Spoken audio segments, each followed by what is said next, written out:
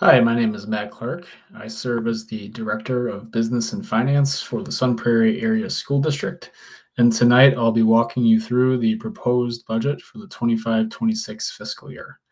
This is the budget that, pending board approval, will be presented at the annual meeting in October. So, the path to the proposed budget, how did we get here? This proposed budget is the result of months of internal planning and multiple presentations over the past several months. Within the situation report that's attached in Diligent, I listed and linked all of the presentations that have been given by many different people over the past several months to get to this point. So, a lot of hard work and communication to the board and the community as we learn more throughout the budgeting process. Um, Finally, on July 3rd, the Wisconsin state budget was finalized, and that gave us some key funding information that we needed to be able to move forward in the budgeting process. Then, on July 28th, we held a public hearing in regards to the budget, which provided an opportunity for the community to review and give any feedback that they felt necessary. A lot of really good conversation came from that meeting. The next step, should the board approve the proposed budget tonight, will be to bring this budget to the annual meeting for final consideration. So some key points. The official DPI formatted documents that comply with Wisconsin Statute 6590 are attached in Diligent for your review and ultimately approval. These documents include the audited financials for the 23-24 fiscal year, the unaudited financials for the 24-25 fiscal year, as well as the proposed 25-26 budget that is before you tonight. This budget is broken down, or these documents are broken down by fund and then by function, which provide the board and the community with some insight into where the district's spending has been allocated over the past handful of fiscal years. So since the July budget hearing, one notable update has occurred to the budget. The state has confirmed an increase of about $700,000 in personal property aid. While this aid was provided unexpectedly to all districts across the state last year, its continuation was uncertain, even after the biennial budget was finalized. So following the budget hearing in July, we received full confirmation that it indeed will be funded again. It is important to note that this is not new money for additional spending. Rather, it is an increase in state aid, which directly reduces the tax levy. In this case, the additional personal property aid reduces our levy by just over $700,000, which is a positive outcome for not only the district, but our taxpayers. And then finally, I want to emphasize that all state budget impacts are reflected in this proposed budget, and the budget being presented tonight is balanced.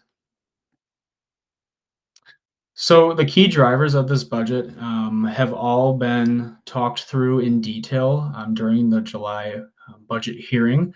I won't go through each and every one of them, but I do want to touch on two again. One being the $1.4 million increase in equalization aid, which sounds great, but it's still $2.6 million below our initial projection due to the state adding no new money to the equalization aid funding pool, which is unprecedented.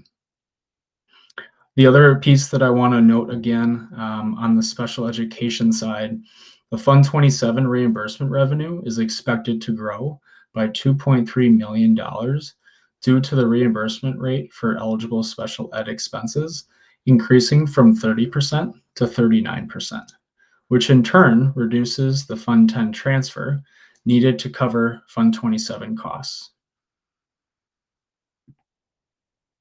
So this slide was presented at the public hearing in July. The only updates that I want to note are a decrease in the total levy from 93.7 million to 93.1 million, as well as a reduction in the mill rate from 1036 that was presented in July to 1029. Both of these reductions are due to the confirmed personal property aid funding that I had mentioned earlier. Everything else on this slide remained the same from July. Going into the mill rate a little further, again, this is a slide that was presented in July as well.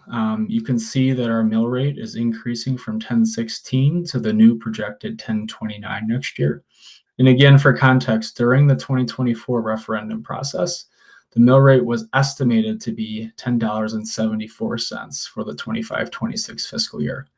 This is what was communicated to our community, which means that our current projection is about 45 cents lower than what was originally shared in the referendum materials, which is positive news.